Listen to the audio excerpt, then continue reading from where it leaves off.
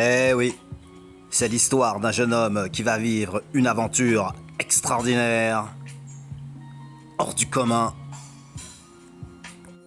À partir de là, tout se déroule dans un futur lointain où la trame de l'imaginaire est une réalité dépassée depuis bien plus qu'un millénaire.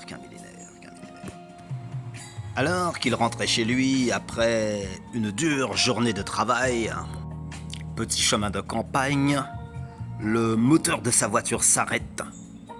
Clac! Tout d'un coup. Sur le moment, il pense à une panne. Il essaie donc de faire redémarrer le moteur.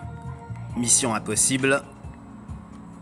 Il entend des grisaillements, des parasites dans la radio, donc il ne peut plus capter aucune zone.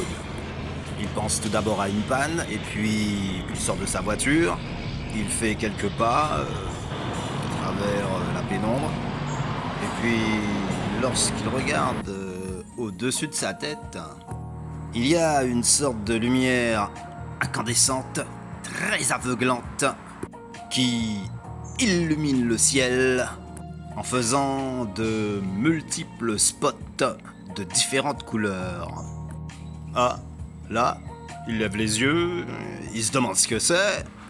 Ouais, parce que tout ça n'a pas l'air bien normal. Et puis, quand il réalise qu'il est face à quelque chose de totalement invraisemblable, il reste figé sur place, comme un bloc de glace. Et c'est à ce moment que l'aventure commence l'aventure. En résumé, le voilà sur une route un peu sombre, en rentrant chez lui. Subitement, le moteur de sa voiture s'arrête, la radio se coupe. Il entend des grisaillements à travers les haut-parleurs, sans pouvoir capter aucune zone. Il se dit, bah tiens, c'est vraiment bizarre, c'est vraiment très étrange. Et puis, à travers les arbres, il aperçoit une lumière très incandescente à une vingtaine de mètres, comme une sorte de spot. Au premier instant, il se dit, oh, il y a peut-être des ouvriers qui remballent leur matériel après une bonne journée, comme lui-même. Ou alors une bande de jeunes en camping, quoi. Un camping nocturne. Mais... rien de tout cela.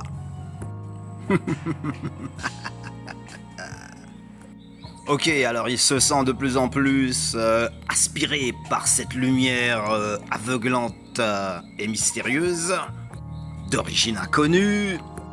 Et puis, tout d'un coup, clash, tout s'efface. Écran blanc, écran. Il a subitement une perte de mémoire totale. Et il a l'impression de flotter dans l'espace, comme une sorte d'élévation vers le haut. Le vide intersidéral. Et au moment où il reprend conscience, il est dans une pièce éclairée d'un blanc éclatant. Et, bien sûr, il ne sait pas du tout ni où il est et comment il est arrivé là. Et là, il se rend compte qu'il y a quelque chose de complètement mystérieux qui est en train de se passer. Pas bon. À ce moment précis, il n'a pas la capacité d'analyse pour comprendre l'endroit, le pourquoi et le comment. L'endroit lui semble bien bizarre, comme une sorte de laboratoire scientifique secret. Du moins, le pense-t-il. Il tourne la tête, regardant un peu partout et il ne voit personne. La pièce n'ayant aucune porte, ni aucune fenêtre, mais très éclairée, sans qu'on puisse comprendre d'où venait vraiment la lumière. Il ouvre les yeux, il regarde autour de lui, personne.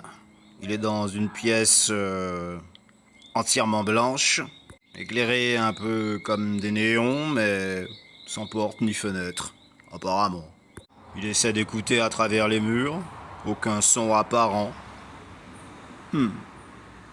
Très bizarre, se dit-il.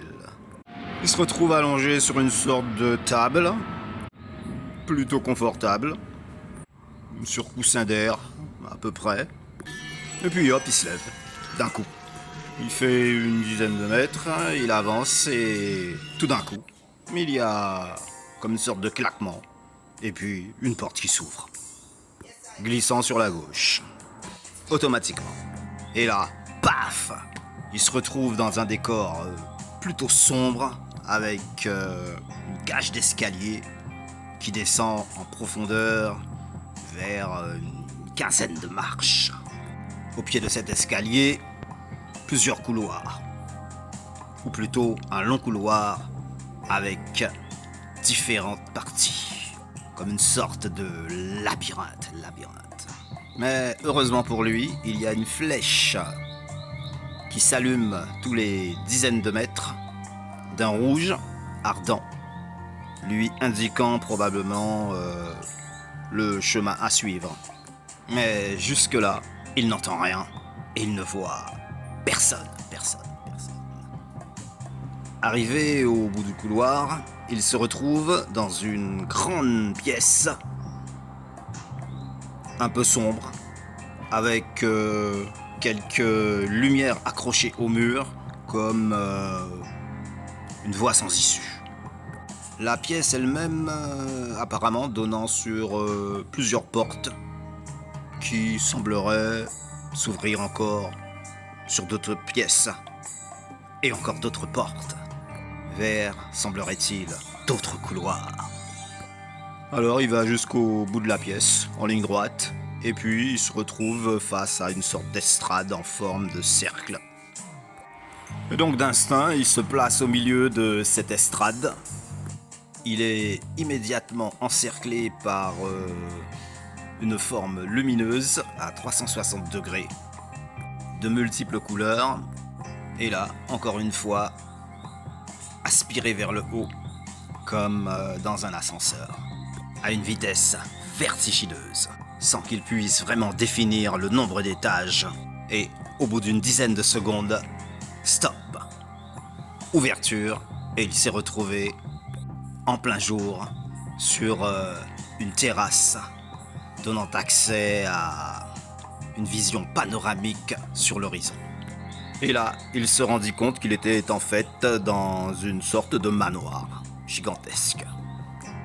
Il s'approcha donc de la balustrade pour jeter un regard autour sur cette fameuse terrasse à ciel ouvert. Allait-il enfin avoir une explication ?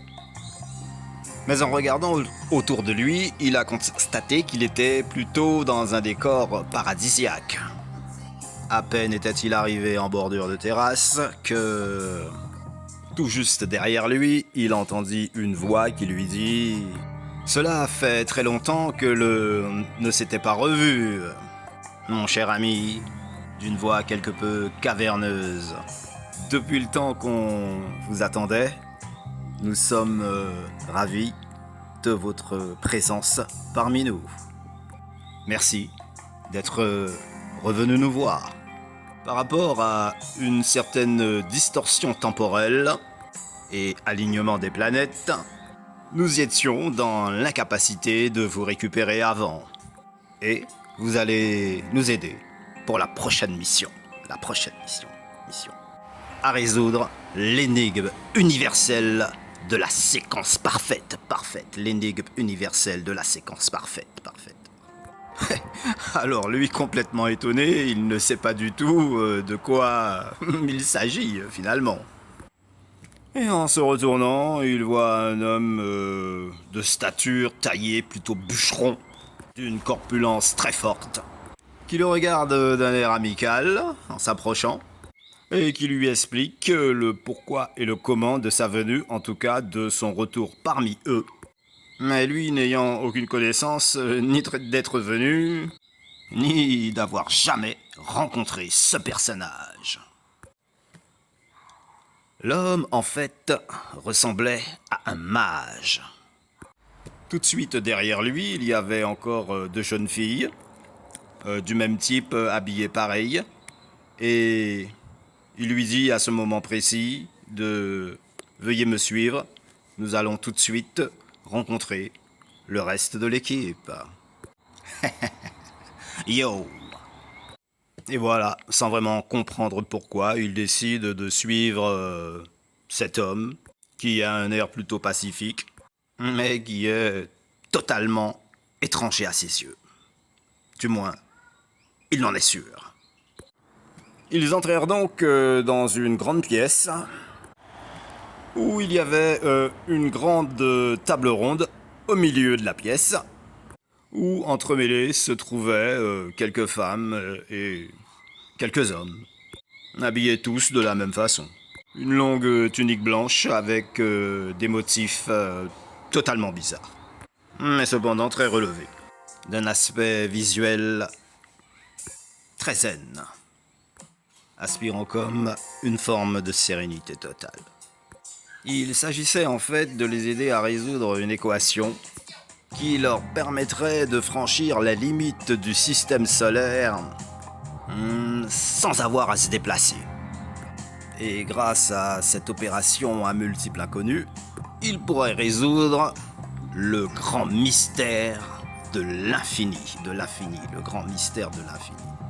Après quelques réflexions, quelques incantations et formules magiques, ils se firent distribuer chacun un petit lot de feuilles et un stylo. Ils burent chacun une bonne tasse de thé et ensuite, ils entrèrent tous dans une profonde méditation. Les yeux mi-clos, assis tout autour de la table. Après une bonne heure de méditation transcendantale, lorsqu'ils rouvrirent tous les yeux, ils avaient chacun écrit une formule différente, très complexe, et ils se sont mis à les comparer les uns les autres, à les assembler. Le grand mage déclara alors que plusieurs esprits pouvaient facilement trouver une solution beaucoup plus rapidement qu'une seule personne sur un seul problème. Ils se sont mis à comparer les différentes formules que chacun avait écrites, avait gravées sur sa feuille, en état de méditation. Et donc le grand mage tira une seule et unique formule à partir des différentes de chacun. Mais là, tout d'un coup, il rouvrit les yeux et il s'est retrouvé à nouveau dans sa voiture. Le moteur a redémarré, il s'est retrouvé sur son point de départ, la radio s'est remise à fonctionner, et là, il a repris la route en direction de sa maison. Se rappelant de tous les détails et de toutes les allées et venues, la mémoire lui étant revenue, il n'arrivait toujours pas à comprendre ce qui lui était vraiment arrivé, et l'explication finale à tout cela. Mais surtout, pourquoi lui ? Alors, vu qu'il n'avait absolument pas de souvenir particulier avant ce fameux enlèvement. Mais le plus étrange, c'est que ce qui lui avait paru être un laps de temps, à peine 1 heure ou 2, en réalité, il s'était déjà écoulé plus de 10 ans entre le moment où il a disparu de la réalité et le temps où il est revenu à son point de départ. Dans cette même réalité, pour lui, juste 1 heure, mais pour tous les autres, plus de 10 ans s'étaient écoulés.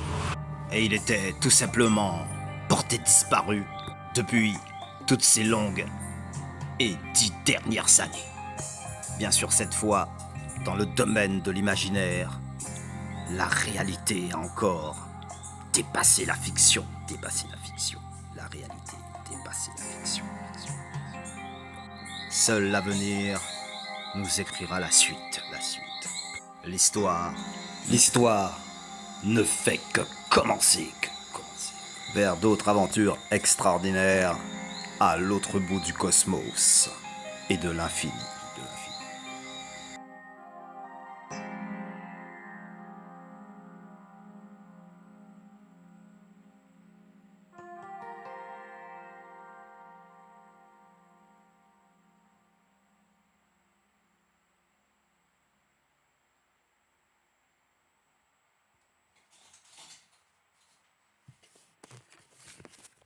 putain.